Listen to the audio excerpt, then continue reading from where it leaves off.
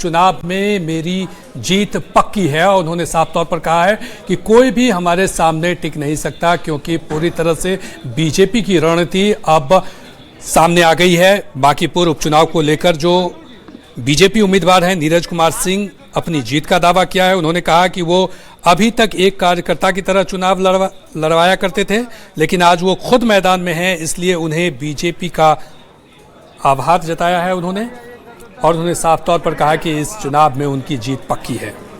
मैं booth level का कार्यकर्ता रहा हूं, अब मंडल अध्यक्ष रहा हूं, मैंने चुनाव भी लड़वाया है। आज पार्टी ने शीर्ष नेतृत्व और प्रदेश अध्यक्ष, राष्ट्रीय नेतृत्व और प्रदेश नेतृत्व ने मुझे जो दायित्व दिए है मंडल अध्यक्ष को, मैंने चुनाव लड़वाया है और मैंने नितिन भैया को ही चुनाव लड़वाया। विधायक के जीते हैं बांकीपुर से, उनके लिए मैंने सेवा किया, उनके लिए कार्य किया।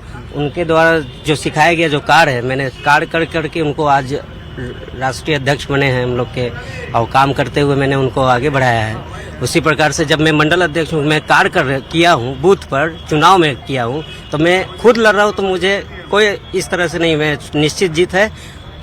कार्यकर्ताओं की शक्ति और प्रदेश शीर्ष नेतृत्व का जो मेरा विश्वास है, बीजेपी ने जो मुझे मौका दिया है सम्मान करने में, तो कल्पना भी नहीं किया था कि मुझे मिलेगा।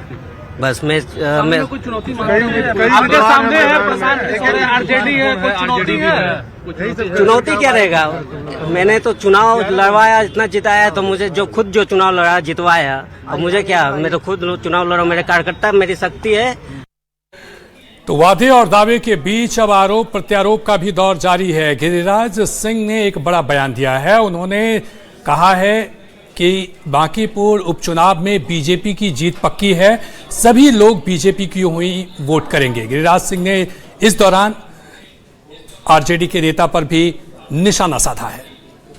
गिरिराज जी, बांकीपुर में उपचुनाव हो रहा है, राष्ट्रीय अध्यक्ष के इस्तीफे से वो सीट खाली हुई है, किस तरह से देख रहे हैं वहां पर संभावना को, चूंकि आप लोगों के लिए भी प्रतिष्ठा का सवाल है बांकीपुर का चुनाव?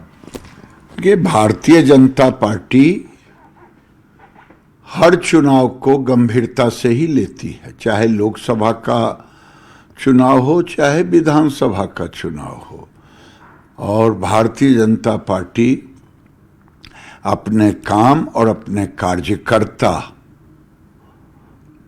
और मतदाता के सहारे चुनाव लड़ती है। बांकीपुर की जनता जानता है कि नितिन नवीन जी ने बांकीपुर में कौन कौन काम किया है। आरजेडी राजनीति से ही लगता है खत्म हो गया। तेजस्वी यादव का अता पता नहीं, कहीं गए होंगे छुट्टी मनाने। वहां का मतदाता जानता है कि विपक्ष केवल नकारात्मक बातें करके माहौल को खराब कर सकता है, लेकिन मतदाता भारतीय जनता पार्टी को ही जिताएगी। आज पटना का विकास देखिए, जेपी पथ, गंगा मैरीन ड्राइव,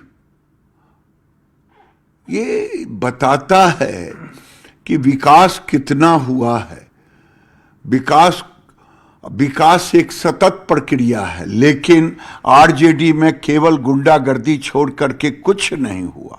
आप आरजेडी पर सवाल खड़ा कर रहे हैं, लेकिन प्रशांत किशोर भी वहां पर चुनाव मैदान में है, वो कितनी बड़ी चुनौती हो सकते हैं? तीसरा त्रिकोण बनाने की कोशिश कर रहे हैं। भाई, मैं तो समझता हूं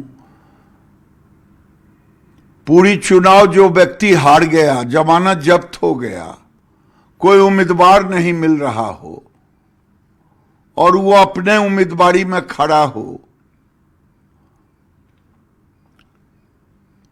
तो क्या कहिएगा?